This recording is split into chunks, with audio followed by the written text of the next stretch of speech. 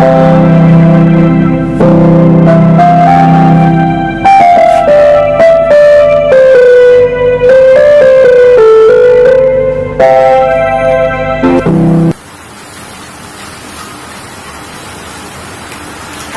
আলাইকুম, সবাই ভালো আছে এই প্রত্যাশা নিয়ে শুরু করছি আজকের ক্লাস শিশুদের বর্ধন এবং বিকাশ অর্থাৎ ডেভেলপমেন্ট অ্যান্ড গ্রোথ, অথবা আমরা বলতে পারি গ্রোথ অ্যান্ড ডেভেলপমেন্ট। তো মানুষের জীবন চলমান, এই চলমান জীবনে অর্থাৎ জন্ম থেকে মৃত্যু পর্যন্ত এই চলমান প্রক্রিয়ায় মানব জীবনের যে বিকাশ, এই বিকাশ কতগুলো সুনির্দিষ্ট ধাপ বা পর্যায়ে অতিক্রম করে। এই ধাপ বা পর্যায়গুলোকে আমরা যদি গ্রোথ অ্যান্ড ডেভেলপমেন্ট বা বিকাশ ও বর্ধনের নিরবচ্ছিন্ন প্রক্রিয়ায় আলোচনা করতে পারি।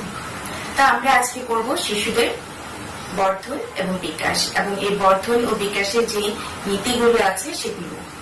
তো প্রথমে আমরা জেনে নিই যে বর্ধন কি বা গ্রোথ বলতে কি বোঝায়। বর্ধন বা গ্রোথ হলো, বর্ধন হচ্ছে দৈহিক কাঠামোগত পরিবর্তন যা দৃশ্যমান এবং পরিমাপ করা যায়, অর্থাৎ পরিমাণগত পরিবর্তনই হলো বর্ধন। আর বিকাশ বা ডেভেলপমেন্ট হলো, ডেভেলপমেন্ট বা বিকাশ হচ্ছে শিশুর গুণগত পরিবর্তন যা আচরণের মাধ্যমে প্রকাশ পায়। যদি বর্ধন এবং বিকাশের পার্থক্যের কথা বলা হয় তাহলে পার্থক্যগুলোকে আমরা এভাবে বলতে পারি।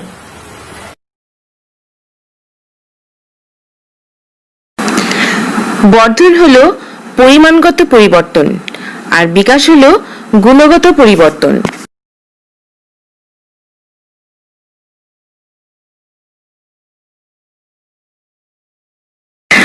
বর্ধন পরিমাপ করা যায়, কিন্তু বিকাশ পরিমাপ করা যায় না।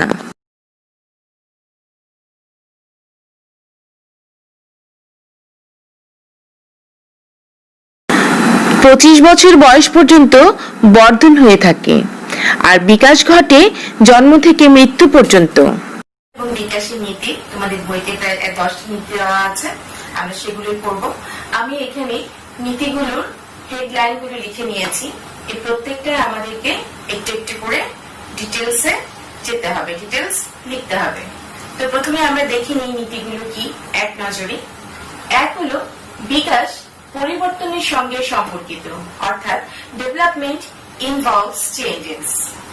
তারপরে রয়েছে পরবর্তী বিকাশের চেয়ে শৈশবের বিকাশ সংকটময়, অর্থাৎ early development is more critical than later development. 3 number, বিকাশ পরিপক্কতা ও শিক্ষণের ফলস্বরূপ, অর্থাৎ development is the product of maturation and learning. 4 number, বিকাশের ধারা অনুমান সাপেক্ষ, অর্থাৎ the developmental pattern is predictable. 5 number, বিকাশের নমুনায় অনুমেয় বৈশিষ্ট্য বিদ্যমান, অর্থাৎ the developmental pattern has predictable characteristics. 6 number, বিকাশের ব্যক্তি স্বাতন্ত্র্য বিদ্যমান, অর্থাৎ there are individual differences in development. 7 নাম্বারটি হচ্ছে বিকাশের নমুনায় কতগুলো ধাপ বা পর্যায় আছে। 8 নাম্বার, বিকাশের প্রতিটি পর্যায়ে সামাজিক প্রত্যাশা থাকে, অর্থাৎ there are social expectations for every developmental periods. এরপর 9 নাম্বার, বিকাশের প্রতিটি পর্যায়ে বিপত্তির আশঙ্কা বিদ্যমান, এটাকে আমরা বলতে পারি every area of development has potential hazards. 10 number, বিকাশের বিভিন্ন পর্যায়ে সুখের অনুভূতি বিভিন্ন হয়ে থাকে, অর্থাৎ happiness varies at different periods in development. এই 10টা পয়েন্টস আমাদের বর্ধন এবং বিকাশের নীতি। এই বর্ধন এবং বিকাশের নীতিগুলো আমরা এখন একটা একটা করে আলোচনা করব। তো তোমরা যেহেতু সৃজনশীল প্রশ্নের উত্তর লিখবে, সবগুলো 10টা পয়েন্ট তো একসঙ্গে আসবে না, হয়তো এর মধ্যে কোনো একটি পয়েন্টস তোমাদেরকে ব্যাখ্যা করো বা বর্ণনা করো, বুঝিয়ে লিখো, এরকম করে আসবে, কিন্তু প্রিপারেশন নিতে হবে সবকটিরই। তো ঠিক আছে, আমরা এখন আমাদের শুরু থেকে আমরা একটা একটা পয়েন্টস করে আলোচনা করি। তোমরা এগুলো তোমাদের বইয়ের সঙ্গে মিলিয়ে নিবে এবং বই থেকে পয়েন্টস গুলো দেখো আর আমি একটা একটা করে বলবো। তো 1 নাম্বার গ্রোথ এন্ড ডেভেলপমেন্টের যে 1 নাম্বার নীতিটি সেটি হচ্ছে বিকাশ পরিবর্তনের সাথে সম্পর্কিত। অর্থাৎ আমাদের জন্ম থেকে মৃত্যু পর্যন্ত প্রতিনিয়ত আমাদের পরিবর্তনের সাথে সাথে আমরা বিকশিত হতে থাকি। কতগুলো পরিবর্তনের মাধ্যমে আমরা আমাদের দেহের পরিপক্কতা এবং দক্ষতা অর্জন করে থাকি। এই পরিবর্তনগুলো 4 ধরনের হয়ে থাকে। এক, আকারের পরিবর্তন, অনুপাতের পরিবর্তন, পুরাতন অবয়ব বিলুপ্তি এবং নতুন অবয়ব অর্জন। তোমাদের বইতে এই পয়েন্টস গুলো আছে। তো আকারের পরিবর্তন বলতে আমরা কি বুঝি? বয়স বৃদ্ধির সাথে সাথে শিশু ওজন এবং উচ্চতায় বাড়ে, ফলে তার দৈহিক আকার আকৃতি পরিবর্তিত হতে থাকে। এই জন্যই বলছি আকারের পরিবর্তন। এরপর অনুপাতের পরিবর্তন। শিশুর দেহের যে পরিবর্তনটা হয়, এই পরিবর্তনটা হয় আনুপাতিক হারে। একটা ছোট শিশুর মাথার যে সাইজ সেটা থাকে তার দেহের 4 ভাগের 1 ভাগ, আর একজন প্রাপ্তবয়স্ক মানুষের মাথার যে সাইজ আকার এটা থাকে 7 ভাগের 1 ভাগ। অর্থাৎ দেহের যে পরিবর্তনটা এটা হয় আনুপাতিক হারে। এরপর হচ্ছে পুরাতন অবয়ব বিলুপ্তি। বয়স বৃদ্ধির সাথে সাথে শিশুদের পুরাতন অবয়বের বিলুপ্তি ঘটে, অর্থাৎ তাদের আস্তে আস্তে দাঁত উঠে, তারপরে তাদের চুল উঠে, আর সবচেয়ে বড় কথা হচ্ছে তাদের এই যে মাথার যে অনুপাত শরীরের সঙ্গে সেটা আস্তে আস্তে কমে আসে। আরেকটা হলো যে শিশুরা ছোটবেলায় তো হামাগুড়ি দেওয়া বা কোনো কিছু সব আঙ্গুল দিয়ে একসঙ্গে ধরা, এই জিনিসগুলো আস্তে আস্তে পরিবর্তিত হয়, অর্থাৎ তার পুরাতন অবয়বের বিলুপ্তি ঘটে। তার পুরাতন যে চেহারা, সে চেহারারও কিছুটা পরিবর্তন আসে। তারপর হচ্ছে নতুন অবয়ব অর্জন। এই সময়টায় বাচ্চাদের নতুন দাঁত উঠে, তারা তখন আর হামাগুড়ি দিয়ে চলে না, তখন তারা আস্তে আস্তে হাঁটতে শিখে। এগুলো হচ্ছে আমাদের এই বিকাশ পরিবর্তনের সাথে সম্পর্কিত। এই 4টা পরিবর্তনের মাধ্যমে আমাদের দৈহিক পরিবর্তন হতে থাকে। 2 নম্বর হচ্ছে পরবর্তী বিকাশের চেয়ে শৈশবের বিকাশ অনেক সংকটময়। আমরা জানি যে শিশুর জীবনের শৈশবের যে ভিত্তি সেটাই হচ্ছে তার পুরো জীবনের মূল ভিত্তি। শৈশবের সঠিক পরিচর্যা বা যত্ন শিশুর ব্যক্তিত্বের উন্মেষ ঘটায়, এবং শিশুরা যদি শৈশবে তাদের যত্ন এবং তাদের যে লার্নিংটা এটা যদি ঠিক মতো হয়ে থাকে, তবে তাদের পরবর্তী জীবনে এটার বহিঃপ্রকাশ ঘটে। আর যদি শিশুরা ছোটবেলা থেকে তাদের যত্ন এবং তাদের লার্নিং বা তাদের আদর এগুলো ঠিক মতো না হয়, তাদের যে পরিচর্যা ঠিক মতো না হয়, তাহলে পরবর্তী জীবনে তাদের শারীরিক, মানসিক, সামাজিক, আবেগিক বিকাশগুলো ভিত্তি খুব দুর্বল হয়ে থাকে। তো যদি ঠিক মতো তাদেরকে যত্ন এবং তাদের পরিচর্যা সঠিক হয়, তাহলে তাদের কি হয়, সেই বাচ্চাদের বয়স নিয়ে তারা সুস্বাস্থ্যের অধিকারী হয় এবং তাদের যে বিভিন্ন রকম যে মানবিক গুণগুলো আছে, সহযোগিতা, সহমর্মিতা, এই সহানুভূতি, এই মানবিক গুণগুলো ঠিক মতো বিকশিত হয়, অর্থাৎ তাদের সুষ্ঠু ব্যক্তিত্বের উন্মেষ ঘটে। এছাড়া সঠিক যত্ন ছোটবেলায় শিশুদেরকে পরিবেশ অনুযায়ী কাঙ্ক্ষিত আচরণ করতে শেখায়। 4 নম্বর পয়েন্টটি হচ্ছে আমাদের বিকাশ পরিপক্কতা ও শিক্ষণের ফলস্বরূপ।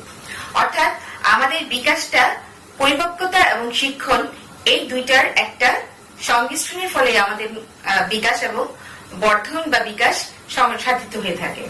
তো এই পরিপক্কতাটা কি? পরিপক্কতা হচ্ছে মানুষের অন্তর্নিহিত বৈশিষ্ট্যের উন্মেষ, অর্থাৎ ব্যক্তির মধ্যে যে অন্তর্নিহিত গুণগুলো থাকে সেগুলোর পরিস্ফুটন বা বিকাশ। আর শিক্ষণ হচ্ছে ব্যক্তির আচরণের পরিবর্তন। এই পরিপক্কতাটা দুভাবে হয়ে থাকে। একটা হচ্ছে ফাইলোজেনেটিক ফাংশন, আর একটা হচ্ছে অন্টোজেনেটিক ফাংশন। এই ফাইলোজেনেটিক ফাংশন কোনটা? ফাইলোজেনেটিক ফাংশনটা হচ্ছে যে সমস্ত দক্ষতা বা যোগ্যতা অর্জনের জন্য কোন রকম প্রশিক্ষণের প্রয়োজন হয় না, এটা তার স্বতঃস্ফূর্ত, অর্থাৎ তার অন্তর্নিহিত গুণের বহিঃপ্রকাশ, বা এটা হচ্ছে এটাকে কি বলবো, এটা হচ্ছে সহজাত এবং স্বয়ংক্রিয়। অর্থাৎ এটা প্রশিক্ষণ বা কেউ না শিখালেও বাচ্চারা একদম ছোটবেলায় যখন একদম ছোট থাকে, বিছানায় শুয়ে যখন তারা থাকে, তখন তারা আস্তে আস্তে তারা হামাগুড়ি দিতে শিখে। আস্তে বসতে শিখে, বসার পর তারা হামাগুড়ি দিতে শিখে, হামাগুড়ির পর তারা কোনো কিছু ধরে আস্তে আস্তে দাঁড়াতে শিখে, এরপরে তারা এক পা দু পা করে হাঁটতে শিখে, এরপর তারা দৌড়াতে শিখে। এটা কিন্তু কেউ তাদেরকে না শেখালো, তারা এটা করবে, অর্থাৎ তার অন্তর্নিহিত তার ভিতরে যে গুণ বা বৈশিষ্ট্য সেটার বহিঃপ্রকাশ। এটা হচ্ছে তার পরিপক্কতা। এই পরিপক্কতাটা হয়ে থাকে বয়স বৃদ্ধির সাথে সাথে। বয়স বৃদ্ধির সঙ্গে সঙ্গে তার অন্তর্নিহিত বা সহজাত প্রবৃত্তিগুলোর বিকাশ ঘটতে থাকে। আর শিক্ষণটা হচ্ছে মানুষের আচরণের পরিবর্তন। এই পরিবর্তনটা তিন ভাবে হয়ে থাকে, সেটা আমি লিখছি না। সেটা হচ্ছে একটা হয় অনুকরণের মাধ্যমে, একটা হচ্ছে শনাক্তকরণ, আর হচ্ছে প্রশিক্ষণ। অনুকরণ কোনটা? অর্থাৎ শিশুরা তাকে যারা পরিচর্যা করে, তার গণ্ডির মধ্যে সে যাদেরকে দেখে তাদেরকে সে অনুকরণ করে। যেমন মেয়ে বাচ্চা হলে তারা মাকে অনুকরণ করে, মা তাকে যেমন করে শাসন করে, মা তাকে যেমন করে খাওয়ায় এবং পরিবারের সবার পরিচর্যা বা যত্ন করে থাকে, ছোট মেয়ে বাচ্চারা কিন্তু তাই করে। তার শিশু তার পুতুলকে সে ওইভাবে খাওয়ায়, ওইভাবে শাসন করে। এবং দেখা যায় পরিবারের যে বয়োজ্যেষ্ঠ বা পরিবারের অন্যান্য সদস্য যারা আছে তাদেরকে টেক কেয়ার করার চেষ্টা করে, এরকম। আর ছেলেরা সাধারণত দেখা যায় যে বাবাকে অনুকরণ করে এবং তারা বাবার মতো তাদের চাল চলন, বাবার মতো পোশাক পরিচ্ছদ পরার দিকে তাদের একটা আকর্ষণ থাকে। আর শনাক্তকরণটা হচ্ছে যে হু আই এম, হ্যাঁ আমি কে, এটা তারা বাচ্চারা শনাক্তকরণ করতে শিখে। অর্থাৎ আমি ছেলে, আমি মেয়ে, এটা তারা বুঝতে পারে।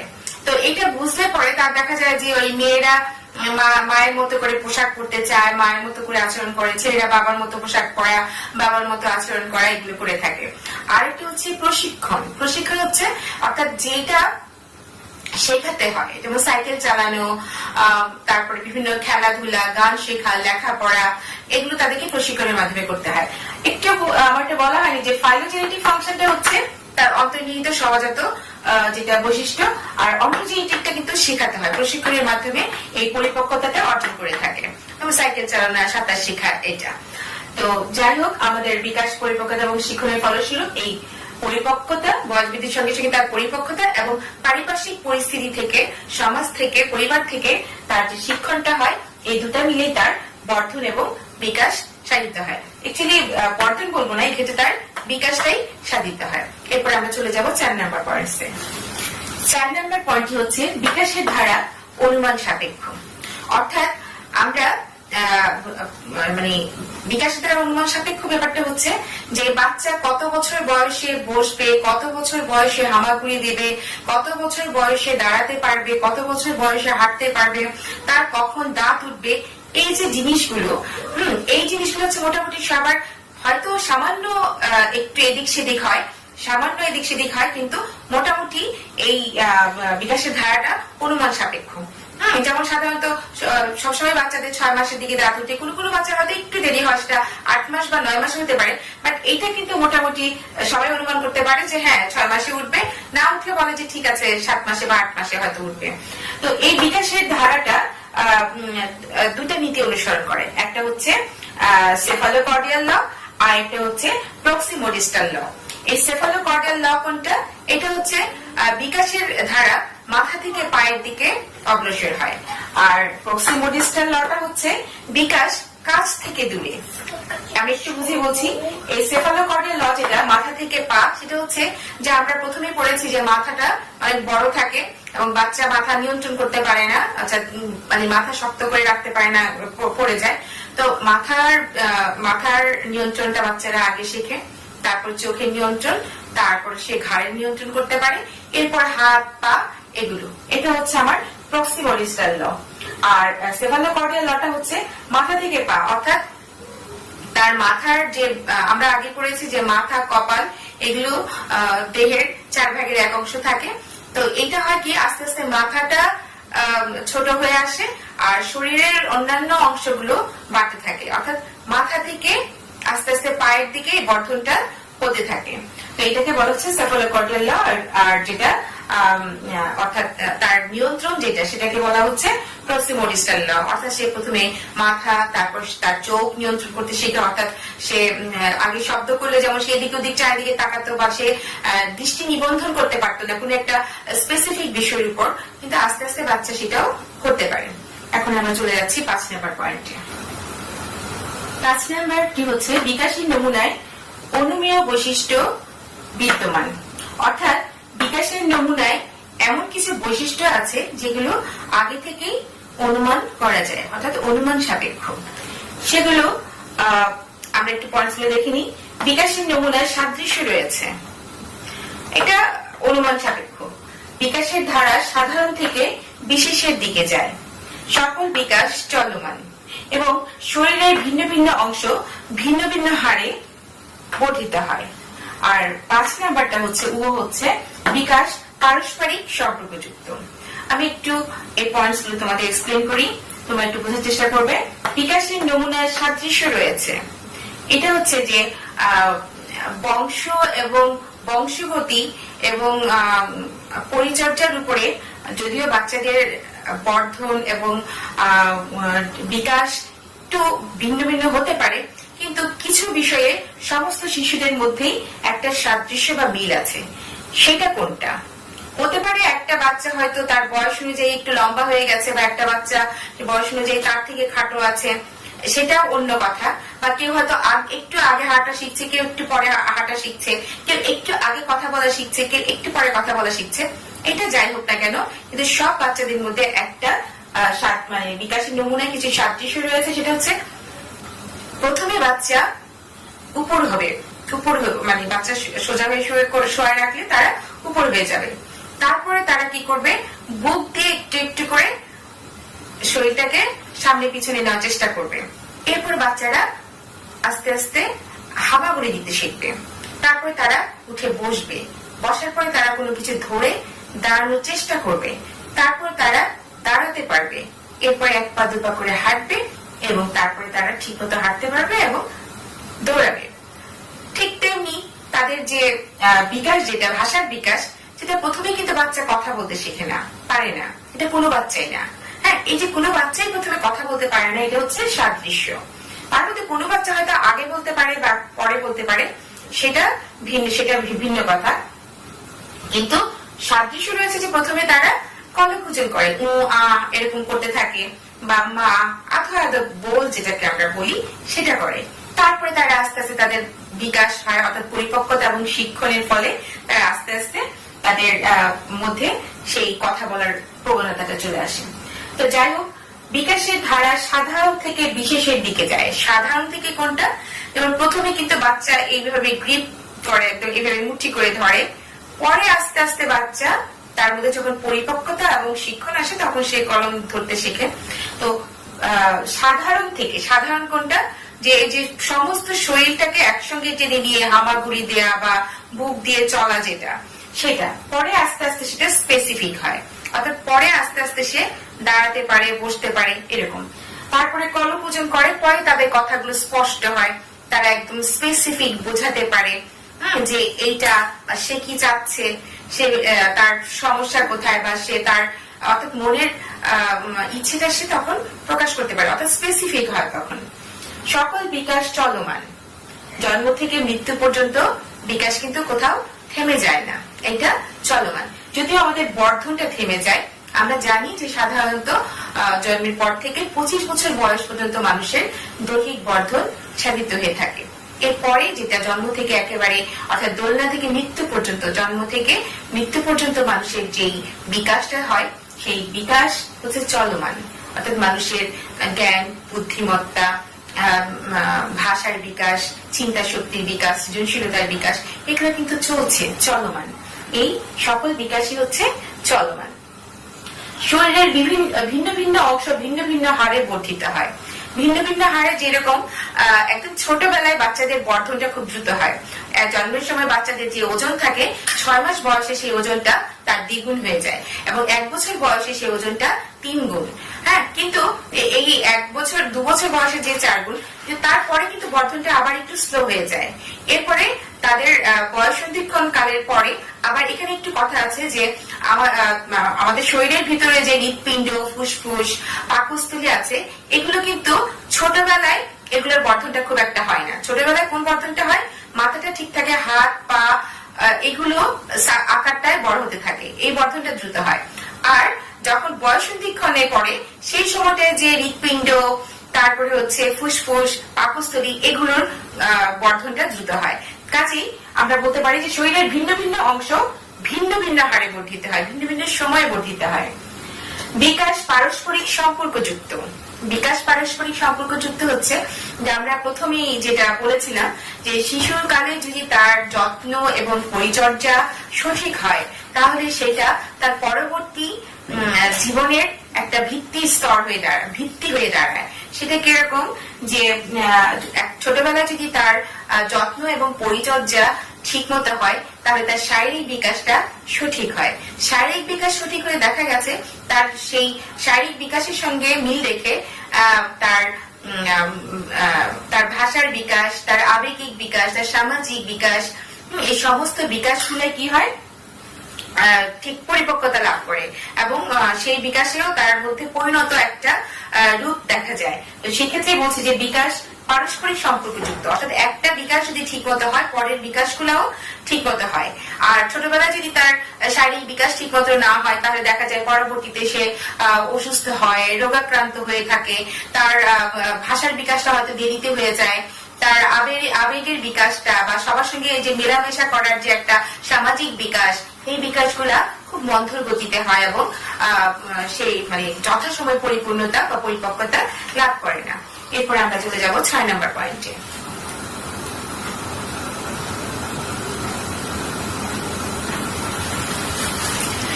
এখন 6 নম্বর, বিকাশে ব্যক্তি স্বাতন্ত্র্য বিদ্যমান। আমরা কিন্তু এর আগের পয়েন্টে বলেছিলাম যে বিকাশে সাদৃশ্য রয়েছে, এখানে আমরা বলছি বিকাশে ব্যক্তি স্বাতন্ত্র্য বিদ্যমান। সাদৃশ্য রয়েছে কথাটিও ঠিক, আবার ব্যক্তি স্বাতন্ত্র্যতার কথাটিও ঠিক। আমরা সাদৃশ্য রয়েছে বলেছিলাম যে অর্থাৎ বাচ্চার মধ্যে ব্যক্তি স্বাতন্ত্র্যতার কারণে একটু আগে পরে হতে পারে, কিন্তু বাচ্চা অবশ্যই প্রথমে হামাগুড়ি দিবে, তারপরে বসবে, তারপরে দাঁড়াবে, তারপরে সে দৌড়াবে। এটা হচ্ছে তার সাদৃশ্য। আর ব্যক্তি স্বাতন্ত্র্যতার কথা বলা হচ্ছে যেটা সহজাত না, অর্থাৎ যেটা হেরিডিটি বা বংশগতি এবং এনভায়রনমেন্ট বা পরিবেশের উপর নির্ভরশীল।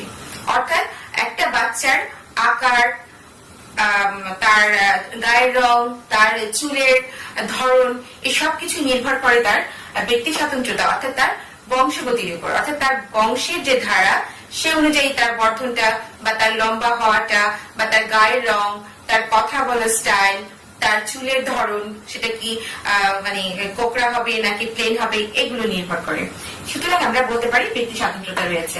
আরেকটা আমরা বলেছি যে হেরিডিটি বা বংশগতির পাশাপাশি বলেছি পরিবেশ। যদি একটা বাচ্চা উন্নত পরিবেশ পায় তাহলে তার বর্ধন বা বিকাশ এটা দ্রুত হয়, এটা দ্রুত হয়ে থাকে। আর যদি একটা বাচ্চার পরিবেশ সে কাঙ্ক্ষিত পরিবেশ না পায়, ভালো পরিবেশ না পায়, তাহলে সেক্ষেত্রে তার বর্ধন বা বিকাশটা মন্থর হয়। এই জন্যই আমরা বলছি ব্যক্তি স্বাতন্ত্র্যতা বিদ্যমান। এর পরের পয়েন্টটি হচ্ছে আমাদের 7 নম্বর, বিকাশের নমুনায় কতগুলো ধাপ বা পর্যায় রয়েছে। মনোবিজ্ঞানীরা বিকাশের আমাদের এই জন্ম থেকে মৃত্যু পর্যন্ত এই যে জীবনের ধারা, এই জীবন ধারাকে কতগুলো ধাপে বা পর্যায়ে বিভক্ত করেছেন সেগুলো আমরা একটু দেখে নিচ্ছি। প্রধান ভাগগুলো আমি এখানে লিখে নিয়েছি তোমাদের সুবিধার্থে। আর এই প্রত্যেকটার আবার উপবিভাগ রয়েছে, যেমন প্রাক জন্ম। প্রাক জন্মটা আমি পাশাপাশি বলে ফেলি, প্রাক জন্মটা হচ্ছে নিষিদ্ধ হওয়ার পর থেকে, অর্থাৎ পেটে বাচ্চাটা আসার পর থেকে জন্ম পর্যন্ত, অর্থাৎ 280 দিন, যে সময়টা সে মাতৃগর্ভে বেড়ে ওঠাটাকে এখানে বুঝিয়েছে প্রাক জন্ম। এরপর রয়েছে শিশুকাল। এই শিশুকালটাকে আবার দুভাগে ভাগ করা হয়েছে, একটা হচ্ছে নবজাতক কাল আর একটা হচ্ছে প্রাক শৈশবকাল। নবজাতক কোনটা? জন্মের পর থেকে 14 দিন পর্যন্ত বয়সটাকে বলা হচ্ছে নবজাতক সময়, নবজাতক কাল। এরপর হচ্ছে প্রাক শৈশব, এই 14 দিনের পর থেকে 2 বছর বয়স পর্যন্ত হচ্ছে প্রাক শৈশব। তারপরে চলে আসে শিশুকাল। এই শিশুকালটা আবার 3টা ভাগে বিভক্ত, একটা হচ্ছে প্রারম্ভিক শিশুকাল, তারপরে হচ্ছে প্রারম্ভিক শিশুকালের কথা তো বললাম, শৈশবকাল। শৈশবকালটা আবার 3 ভাগে বিভক্ত, একটা হচ্ছে প্রারম্ভিক শৈশবকাল, আরেকটা হচ্ছে মধ্য পর্যায়, আরেকটা হচ্ছে বিলম্বিত শৈশব বা কৈশোর যেটাকে বলছি আমরা। তো প্রারম্ভিক কোনটা? যেটা প্রি স্কুল এজ, অর্থাৎ স্কুলে যাওয়ার প্রিপারেশন যে সময়টা নেই, অর্থাৎ 2 থেকে 6 বছর বয়স পর্যন্ত। আর মধ্য পর্যায়ে কোনটা? মধ্য পর্যায়ে হচ্ছে 6 থেকে 10 বছর পর্যন্ত। আর কিশোরকাল বলছি কোনটাকে? এটা হচ্ছে 10 থেকে 13 বছর বয়স পর্যন্ত। এই সময়টাকে আমরা বলছি কৈশোর বা কিশোরকাল। এরপরে চলে আসে বয়ঃসন্ধিক্ষণ, অর্থাৎ টিনেজার্স, 13 থেকে 18। এই সময়টা হচ্ছে বয়ঃসন্ধিক্ষণ কাল। এই বয়ঃসন্ধিক্ষণ কালটাকে আবার মনোবিজ্ঞানীরা দুভাগে ভাগ করেছেন। একটা হচ্ছে প্রারম্ভিক বয়ঃসন্ধিক্ষণ কাল, অর্থাৎ 13 থেকে 15। আরেকটা হচ্ছে শেষ পর্যায়ে, সেটা হচ্ছে বয়ঃসন্ধিক্ষণ কাল বা তরুণ বয়স যেটাকে বলা হয়, সেটা হচ্ছে 15 থেকে 18। এরপরে চলে আসে প্রাপ্ত বয়স। এই প্রাপ্ত বয়সটাকে আবার দুভাগে ভাগ করা হয়েছে। এক নম্বর, প্রথম হচ্ছে যৌবনকাল এবং তারপরেরটা হচ্ছে মধ্য বয়স যেটা। এরপরে চলে আসে বার্ধক্য বা ওল্ড এজ। তো এইভাবেই মনোবিজ্ঞানীরা আমাদের যে বিকাশের নমুনায় কতগুলো ধাপ, একদম জন্ম থেকে মৃত্যু পর্যন্ত, এই মূলত 6টি ধাপেই আমাদের জীবনটা অতিবাহিত হয়। এরপর আমরা চলে আসছি 8 নম্বর পয়েন্টে।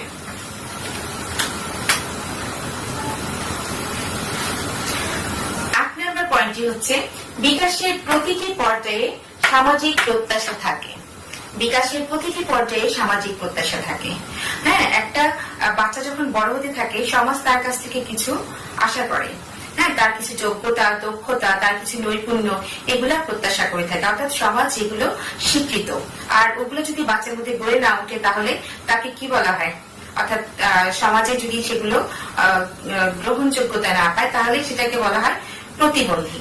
অর্থাৎ যাই হোক, এখন এইগুলো সাধারণত 3 ভাবে হয়ে থাকে। একটা হচ্ছে মানে কিভাবে শিশুর মধ্যে এই দক্ষতা, যোগ্যতাগুলো কিভাবে অর্জিত হয়। অর্থাৎ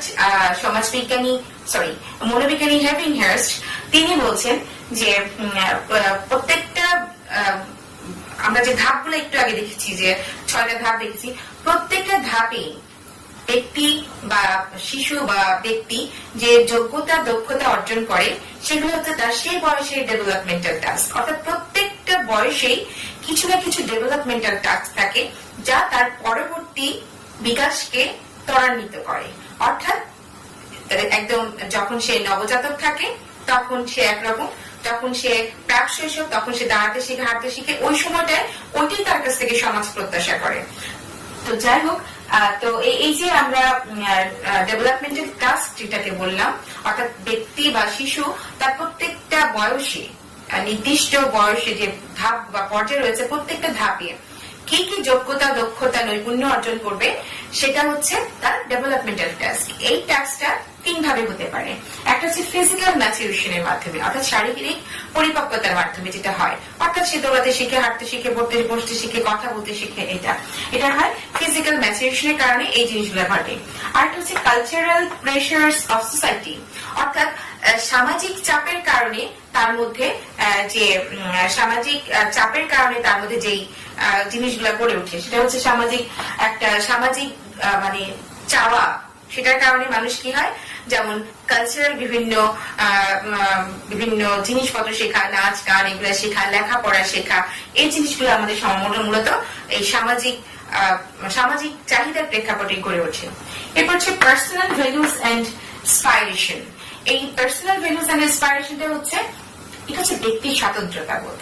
ব্যক্তির স্বাতন্ত্র্য অর্থাৎ ব্যক্তি নিজস্ব মূল্যবোধ, তার নিজস্ব চাওয়া, তার উচ্চাকাঙ্ক্ষা, তার মানসিক তৃপ্তি, এই যে তার সে কি করলে সে ভালো থাকবে, তার শখ গুলো, তার হবিস গুলো, হ্যাঁ, মানুষের সৃজনশীলতা, তার একান্ত যে স্টাইল বা নৈপুণ্যতা, এই সব কিছু হচ্ছে পার্সোনাল ভ্যালুস এন্ড অ্যাসপিরেশন। অর্থাৎ তার নিজস্ব মূল্যবোধ থেকে যেগুলো সৃষ্টি হয়, সেটাই হচ্ছে পার্সোনাল ভ্যালুস এন্ড অ্যাসপিরেশন। এরপর আমরা চলে যাবো 9 নম্বর পয়েন্টে।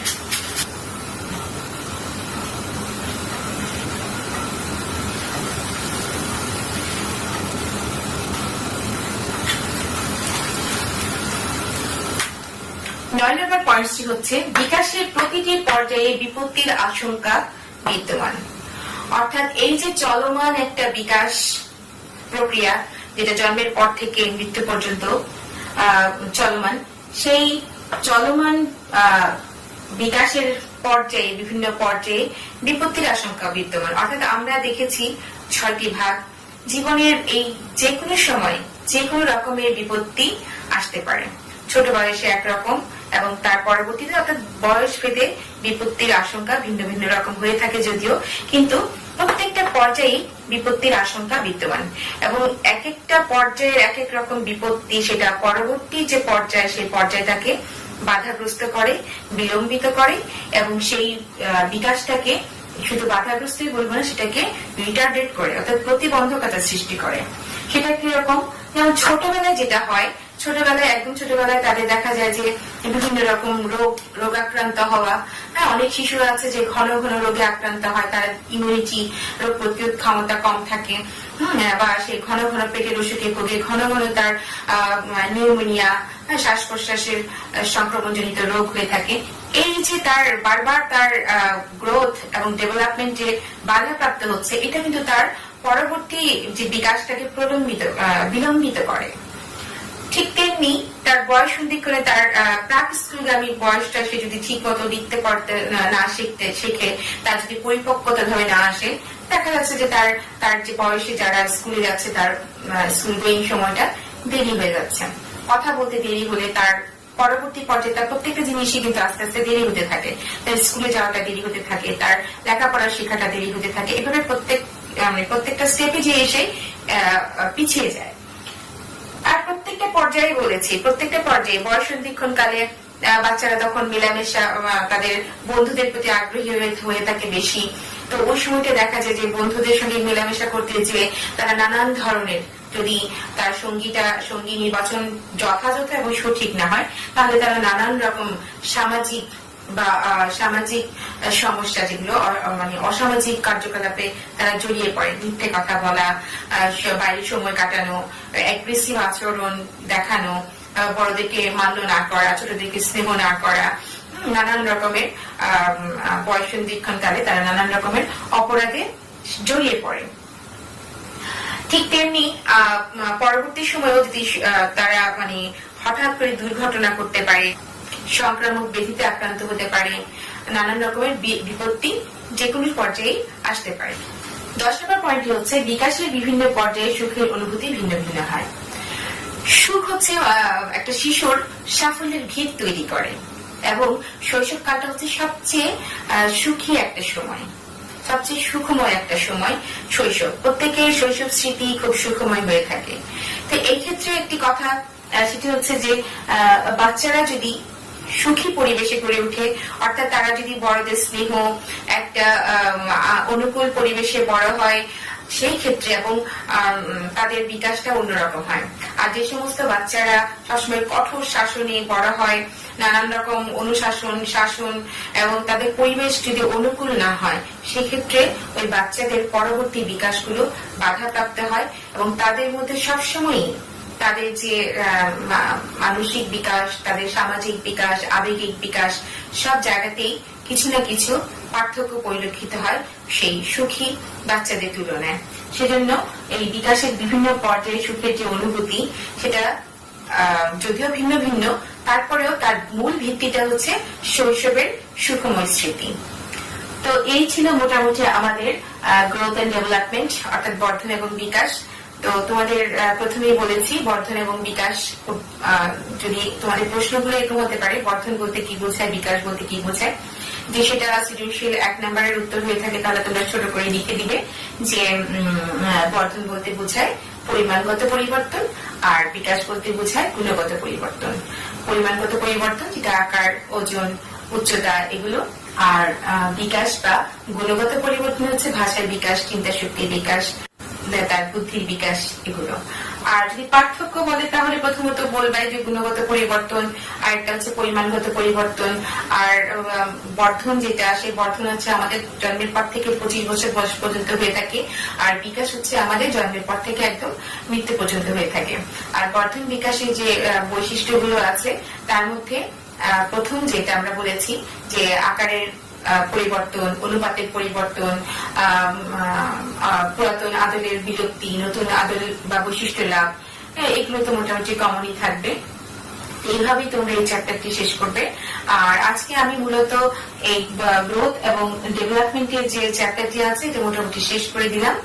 আর পরবর্তী প্রোগ্রাম বা পরবর্তী ক্লাস দেখার অনুরোধ থাকলো। আর তোমরা সবাই ভালো থাকবে, সুস্থ থাকবে, তোমাদের সুস্থ এবং নিরাপদ জীবন কামনা করে আজকের মতো এখানে শেষ করছি। ধন্যবাদ সবাইকে।